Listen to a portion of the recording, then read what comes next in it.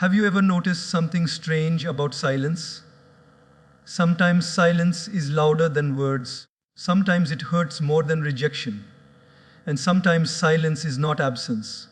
It is preparation.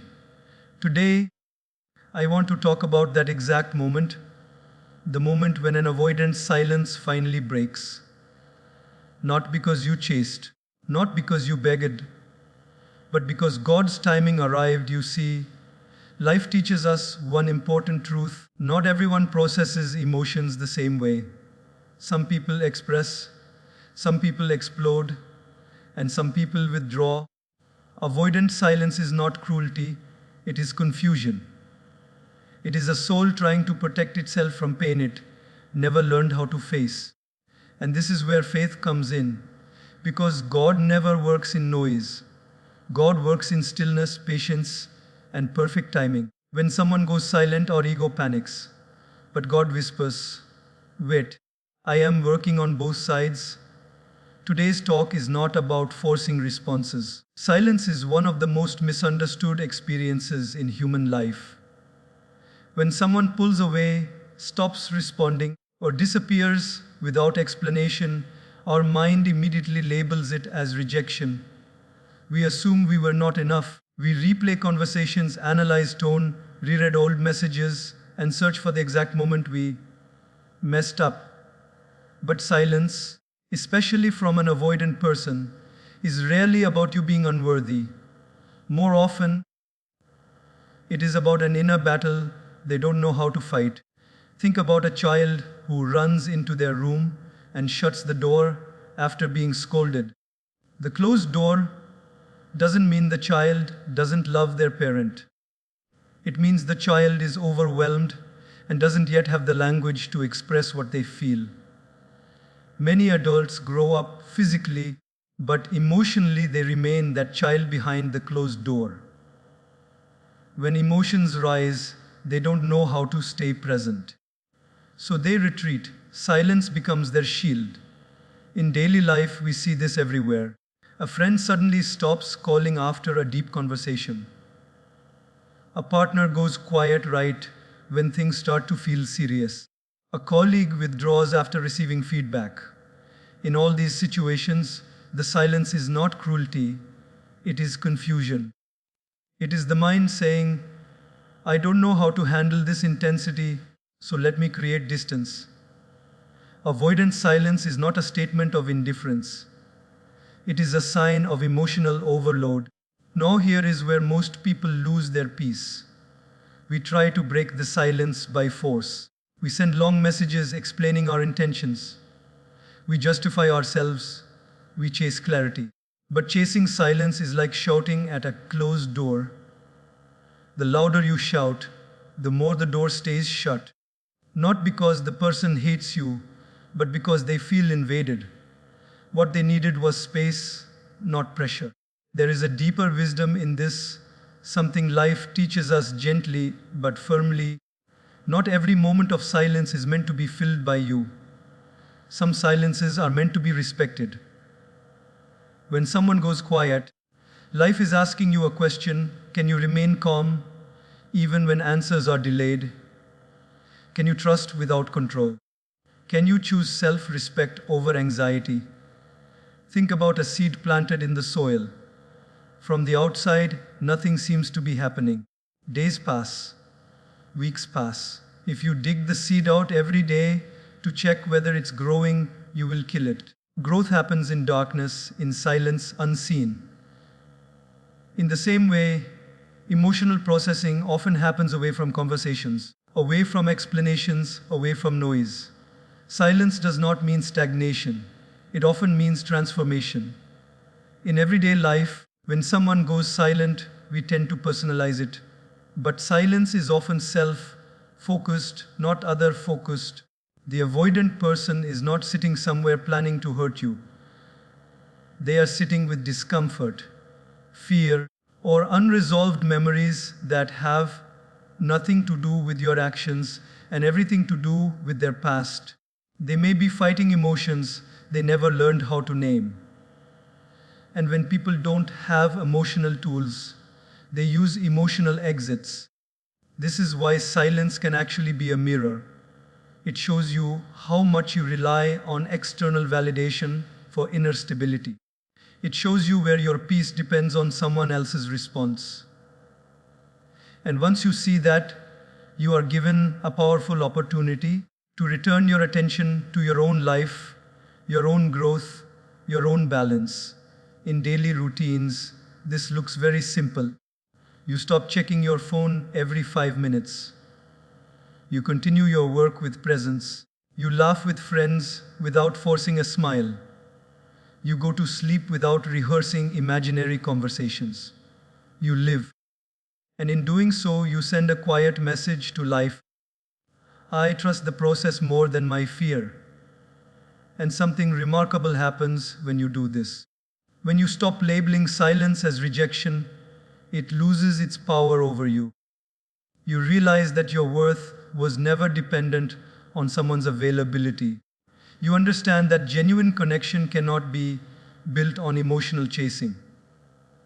It can only grow where both people are internally ready. Many people return after silence not because they were chased, but because the space allowed them to breathe, reflect, and feel the absence. Silence gives them the chance to recognize what they miss. And even if they don't return, the silence still served its purpose. It protected your dignity and redirected your energy toward what truly nourishes you. Life teaches us again and again that peace is not found in answers, but in acceptance. Silence is not the end of the story. It is the pause between lessons. When you stop fearing silence, you stop fearing uncertainty. And when you stop fearing uncertainty, you begin to live with quiet confidence.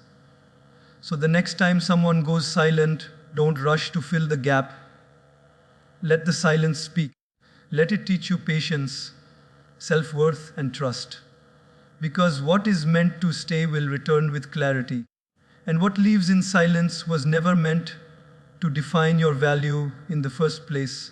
There comes a moment in life when you realize that chasing answers is more exhausting than living without them. At first, when someone goes silent, the instinct is to run after the silence, to fill the gap with explanations, apologies, and emotional effort. We believe that if we just say the right words, send one more message, or show how much we care, the silence will break. But life has a quiet rule that many learn only through pain. The more you chase, the further peace runs from you. In daily life, this pattern shows up in simple ways. You send a message and wait. Minutes turn into hours. Hours turn into days. Your mind creates stories, your heart creates fear, and your fingers itch to type again. Maybe they didn't understand. Maybe I should explain myself better. Maybe they need reassurance. What we don't realize is that every extra message is not love. It is anxiety looking for relief. And anxiety never builds connection, it only builds pressure. Avoidant silence does not respond to pursuit, it responds to space. When you chase, you unknowingly confirm their fear that closeness will cost them their freedom. So they retreat further, not because you are wrong, but because they feel trapped. This is why many people experience the same painful cycle again and again. They give more when the other gives less. They speak louder when the other becomes quiet. And slowly, without noticing, they lose themselves in the process. There is a powerful shift that happens when you stop chasing. It is uncomfortable at first because it feels like losing control. You are no longer doing something to fix the situation. You are simply allowing it to be. But in that stillness, something inside you begins to settle. You stop waiting for a notification to define your mood. You stop measuring your worth by someone else's response time. You begin to return to your own center. In everyday moments, this looks very ordinary.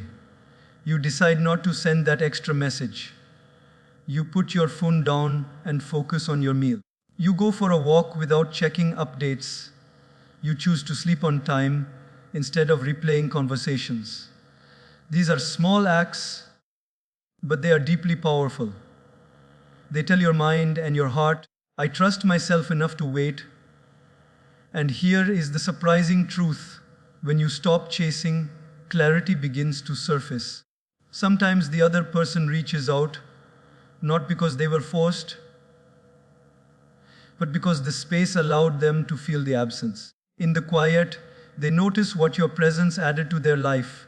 They reflect, they miss, and if they return, it is no longer out of pressure, but choice. But even more important is what happens if they don't return. When you stop chasing, you stop abandoning yourself. You realize that love should not require constant pursuit. That connection should feel mutual, not one-sided. That peace is more valuable than potential. This realization doesn't harden you, it strengthens you. You become calmer, more grounded, more self-assured. In daily life, people who stop chasing begin to glow differently. They listen better. They speak with less urgency. They move with quiet confidence. They no longer need to convince anyone of their value. And this energy is felt even in silence. Because detachment is not coldness, it is emotional maturity. It is the understanding that what is meant to stay will stay without force. Many confuse detachment with giving up, but they are not the same. Giving up comes from hopelessness. Detachment comes from trust. It is saying, I have done my part with honesty and care. Now I allow life to do the rest. This mindset frees you from constant emotional labor. You stop carrying relationships alone. Think about holding sand in your hand. The tighter you squeeze, the more it slips away. But when you open your palm, the sand rests there naturally. Human connection works the same way. When you stop squeezing for certainty, space creates stability. When you stop chasing, you create room for truth. Over time, this practice changes how you approach all relationships. You become less reactive. You respond instead of chasing. You value peace over intensity. You choose alignment over attachment. And slowly, you notice something beautiful. You are no longer afraid of silence. Because silence no longer controls you. When you stop chasing, you align with the deeper rhythm of life. You learn that timing cannot be rushed and emotions cannot be forced. You learn that your worth does not increase by proving it. And in that alignment, whatever is meant to speak will speak, whatever is meant to return will return, and whatever does not was never yours to hold. In the end, stopping the chase is not about the other person at all. It is about choosing yourself without guilt. It is about trusting that peace is a better guide than fear. And when you stand in that trust, silence loses its power because you have already found your voice within. Distance has a strange way of revealing things that closeness often hides. When people are near each other every day, emotions can stay blurred by routine, comfort, and habit. Words are exchanged casually, presence is taken for granted, and actions lose their weight. But when distance appears, everything becomes louder in the quiet. What once felt ordinary suddenly feels meaningful. What was ignored begins to matter. Distance does not create truth, it exposes it. In daily life, we experience this without realizing it.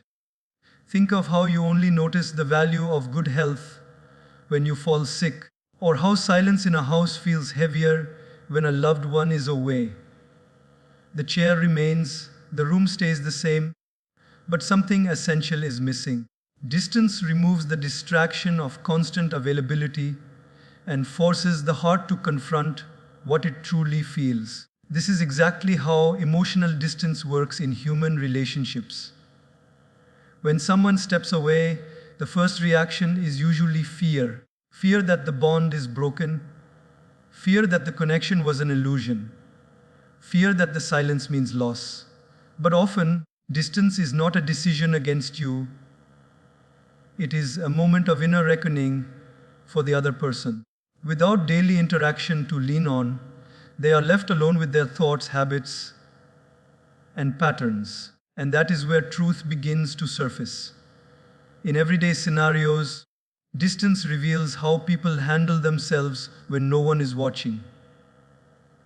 Without your presence to comfort or distract them, they meet their own loneliness.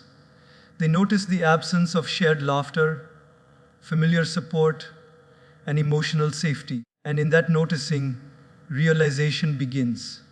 They see whether they miss you as a person or just the convenience of you. Distance answers questions that conversations never could. For some, distance brings clarity. They realize they avoided emotions because emotions once hurt them deeply. They see how they shut down when things became real. They recognize patterns they repeated without understanding. Distance becomes a mirror. It shows them who they are when connection is removed. This realization can be uncomfortable, even painful, but it is necessary for growth. For others, distance reveals something else, that they were never truly present to begin with. And this truth, though difficult, is also a gift, because clarity, even when it hurts, is better than confusion that drains you slowly. Distance protects you from investing further in something that cannot meet you where you stand. In daily life, distance also works on you. When you are no longer constantly trying to interpret someone's behavior, your mind becomes quieter. You stop adjusting yourself to fit someone else's emotional capacity. You start noticing your own needs again. You remember what it feels like to wake up without emotional weight pressing on your chest. Distance gives you space to breathe. It is in this breathing space that self-awareness grows. You begin to see how much energy you were spending trying to maintain balance alone. You realize how often you compromised peace for potential. Distance teaches you that connection should feel supportive, not confusing. This understanding stays with you long after the silence ends. Sometimes distance leads to reconnection, but when it does, it is not the same connection as before. It carries honesty. The masks fall away. The games stop. If someone returns after distance, they return either with accountability or they do not return at all. Both outcomes are valuable. One brings growth together. The other brings freedom. In everyday experiences, we see this truth repeatedly. Friends reconnect after years and speak with depth they never had before. Family members understand each other better after time apart. Even within ourselves, stepping back from old habits reveals which ones truly serve us. Distance is not emptiness, it is perspective. The beauty of distance is that it does not lie. It does not soften truth to protect feelings. It shows reality as it is. And when you accept what distance reveals, you stop forcing narratives. You stop hoping someone will become who they are not ready to be. You stop bargaining with life. Distance teaches you to trust outcomes instead of controlling them. It reminds you that what is real will survive space, and what disappears in distance was never built on depth. This lesson, once learned, brings an unshakable calm. In the end, distance is not the enemy of connection. It is the test of it. It shows whether something is rooted in authenticity or sustained by habit. And when you allow distance to do its work, you no longer fear separation. You understand that truth, once revealed, always leads you closer to peace. Whether that path includes someone else or finally leads you back to yourself. Every silence has a purpose, and every pause in life carries a lesson. Nothing lingers forever without reason. When silence stretches on, it is not because life forgot about you, but because something unfinished is still unfolding beneath the surface. The silence does not break when impatience demands it. It breaks when understanding is complete. This is one of the most difficult truths to accept, yet one of the most liberating to live by. In daily life, we experience this rhythm constantly.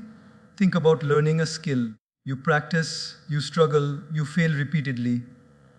And then one day, without warning, it clicks. The moment of clarity does not arrive when frustration is highest. It arrives when the mind has absorbed the lesson fully. Human relationships follow the same law. Silence remains until growth has happened where it was needed most. When someone goes quiet, both sides are being taught something. For one, the lesson may be patience. For the other, it may be accountability. Silence creates space for reflection that conversation cannot provide.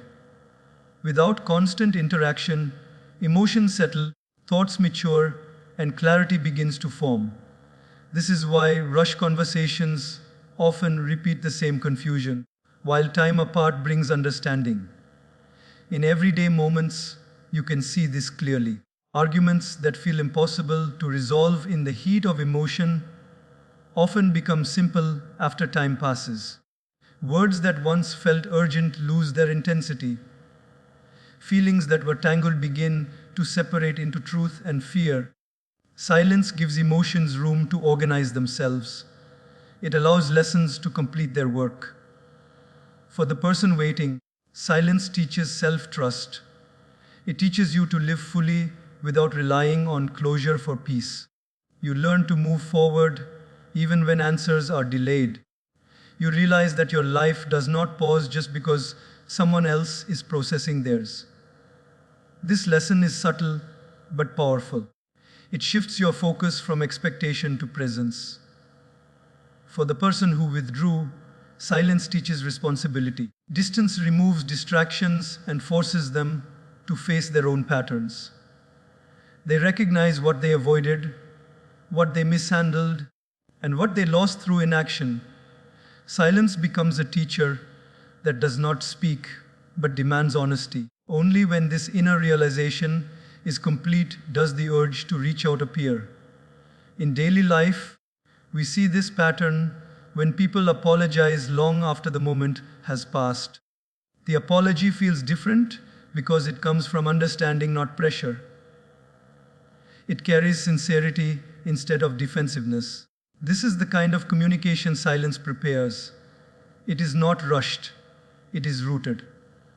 Sometimes the silence breaks with reconnection. A message arrives unexpectedly. A conversation begins with maturity rather than emotion. When this happens, it feels calm, not chaotic. There is no need to argue or convince. Words flow naturally because both sides are no longer reacting from wounds, but responding from awareness. Other times, silence breaks without a reunion. You wake up one day and realize you no longer need an answer. The emotional charge is gone. The curiosity fades. Peace replaces anticipation. This is also a breaking of silence, internal rather than external. The lesson has completed itself within you. In everyday life, this kind of closure often feels quieter than expected. There is no dramatic ending, no final conversation, just acceptance. You stop checking for updates. You stop replaying scenarios. You move forward without carrying emotional weight.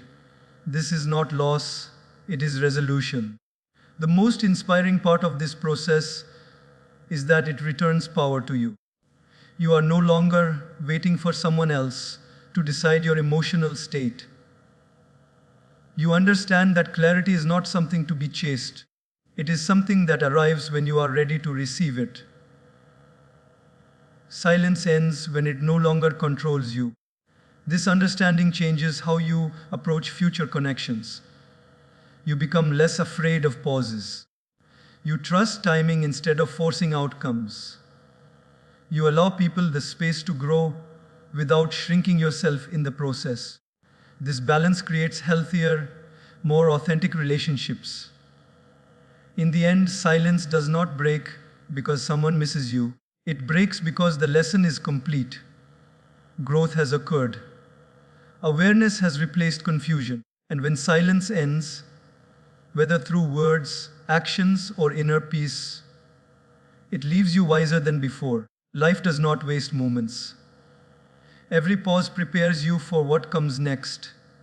And when the silence finally breaks, it is not the noise that matters, but the understanding that follows.